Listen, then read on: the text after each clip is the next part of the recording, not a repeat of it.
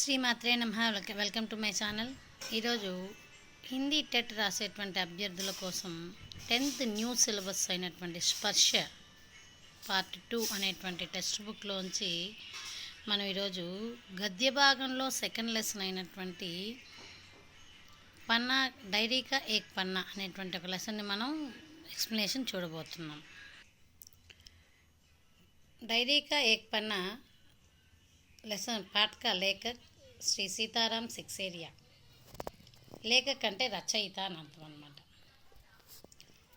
1892 में राजस्थान के नवलगढ़ में जन्मे सीताराम सक्सेरिया का अधिकांश जीवन कलकत्ता में बीता.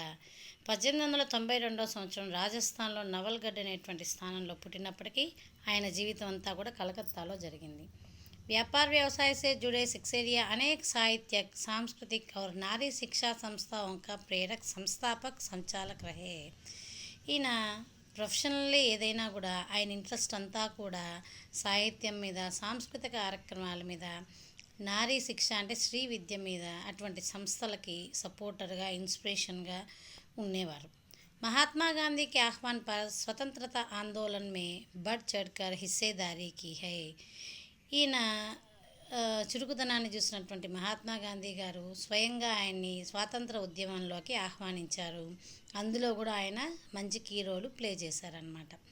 గురుదేవ్, రవీంద్రనాథ్ ఠాగూర్, మహాత్మా గాంధీ, నేతాజీ సుభాష్ చంద్రబోస్కే కరీబీ రహే. ఈయన ఆ స్వాతంత్ర ఉద్యమంలో ఠాగూర్ గారికి, గాంధీ గారికి, సుభాష్ చంద్రబోస్ గారికి చాలా సన్నిహితులుగా మెలిగారనమాట. సత్యాగ్రహ ఆందోళనకి దౌరన్ జైల్ యాత్ర బీకి హై.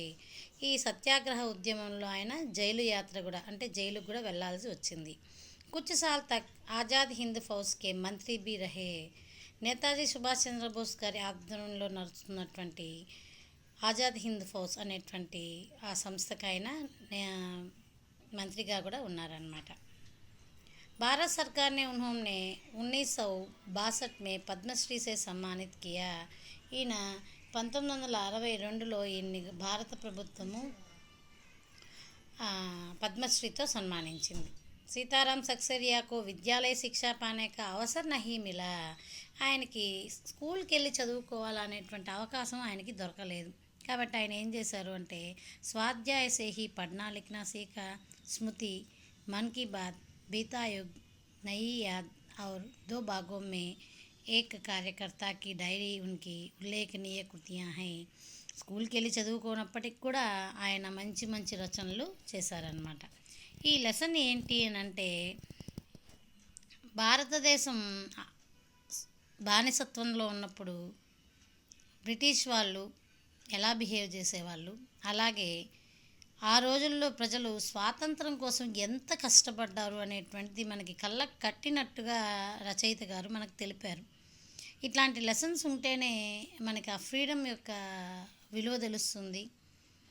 పిల్లల్లో మంచి స్ఫూర్తిని నింపగలుగుతాం అన్నమాట, దేశభక్తి యొక్క సంబంధించినటువంటి స్ఫూర్తిని.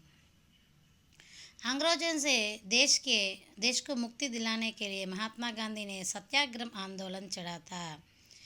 ఈ బ్రిటిష్ వారి నుంచి బానిసత్వంలో ఉన్నటువంటి మన భారతదేశాన్ని విశృంఖలాలతో అంటే బంధనం నుంచి బయటకు రావడం కోసం గాంధీ గారు సత్యాగ్రహ ఉద్యమాన్ని స్టార్ట్ చేశారనమాట. ఇస్ ఆందోళన మే జనతా మే ఆజాదీకి అలక్ జగాయి. ఈ ఉద్యమంతో, ఆందోళన అంటే ఉద్యమం అనమాట. తెలుగు ఆందోళన పదం వేరే, హిందీ ఆందోళన పదం వేరే. ఈ ఆందోళన అంటే ఉద్యమం. ఈ ఉద్యమంలో వల్ల ఏమైంది అంటే ప్రజలందరిలో కూడా స్వాతంత్రము అనేటువంటి ఒక నిద్రాణంగా ఉన్నటువంటి కోరిక నిద్రలేపబడిందనమాట. దేశ్ భర్ సే ఐసే లాఖోं लोग सामने आए जो इस संग्राम में अपना सर्वस्व न्याछावर करने को तत्परता रहे. ఈ స్వాతంత్ర ఉద్యమం దేశం మొత్తం మీద ఒక మంచి స్ఫూర్తిని ప్రసాదించి ఒక పెద్ద మహాసంగ్రామం, ఒక పెద్ద ఉద్యమం లాగా తయారయ్యి దేశంలో ప్రతి ఒక్కరూ తన వంతు ఎప్పుడొస్తుందా అని తత్పరత అంటే ఆతృతగా వెయిట్ చేస్తూ తన సర్వస్వాన్ని అర్పించడానికి రెడీగా ఉన్నారన్నమాట. 20 जनवरी 1930 को गुलाम भारत में पहली बार स्वतंत्र दिवस मनाया गया. 26 జనవరి 1930 సంవత్సరంలో బానిసత్వ భారతదేశంలో ఫస్ట్ సారి మనము స్వతంత్ర దివాస్ అంటే స్వతంత్రాన్ని అంటే స్వాతంత్ర పండుగని మనం జరుపుకున్నాం అన్నమాట. ఏ సిల్సిలా ఆగే బి జారీ రహా, అప్పటి నుంచి ఇది అదే ఆనవాయితీగా వస్తూ ఉందన్నమాట. అయితే ఆజాదీకే 2.5 సాల్ కే బాద్, అంటే మనకు స్వతంత్రం వచ్చిన తర్వాత 2.5 సంవత్సరం తర్వాత 1950 మే అంటే 1950లో అదే రోజుని, ఏ రోజైతే మనం ఫస్ట్ గణతంత్ర దినోత్సవంగా జరుపుకుంటున్నామో అదే రోజు, అంటే స్వాతంత్ర దినోత్సవం జరుపుకున్నటువంటి 1930/26ని 1950 తర్వాత కూడా మనము గణతంత్ర దివాస్ అంటే ఏంటి రిపబ్లిక్ డేగా జరుపుకుంటూ ఉన్నామన్నమాట. प्रस्तुत पाठ के लेखक सीताराम सक्सेरिया आज़ादी के कामना करने वाले उन्हें अनंत लोगों में से एक थे.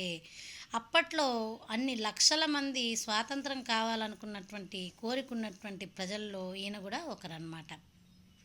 वह प्रतिदिन जो भी देखते सुनते और महसूस करते थे उसे अपनी निजी डायरी में దర్జా కర్ లేతే తే. ఆయన ప్రతిరోజు ఏం విన్నారో, ఏం చూశారో, ఏది ఆయన ఫీల్ అయ్యారో, తెలుసుకున్నారో, ఇవన్నీ కూడా ఏది అనుభవించారో ఇవన్నీ కూడా ఆయన డైరీలో, సొంత నిజీ అంటే డైరీ, సొంత అని అర్థం, సొంత డైరీలో ఆయన రోజు రాసుకోవటం జరిగింది. క్రమ్ కై వర్ష తక్ చలా. ఈ విధంగా ఆయన డైరీ రాయటం అనేటువంటి కొన్ని సంవత్సరాలు జరిపాడనమాట. ఈ స్పాట్ మే ఉన్కి డైరీ కా 26 जनवरी 1931 కా లేఖా జోకా థా. ఈ లెసన్ మనకి ఆయన డైరీలో రాసినటువంటి 26 జనవరి 1931 సంవత్సరంలో ఆ రోజు జరిగినటువంటి పేజీనే మనం ఇక్కడ డైరీకా ఏక్ పన్నా అనే లెసన్లో తెలుసుకుంటాం. ఆ రోజులో ఏం జరిగాయి చూద్దాం. नेताजी सुभाष चंद्र बोस और स्वयं लेखक सहित कलकत्ता से लोगों ने देश का दूसरा स्वतंत्र दिवस किस जोश खरोश में मनाया.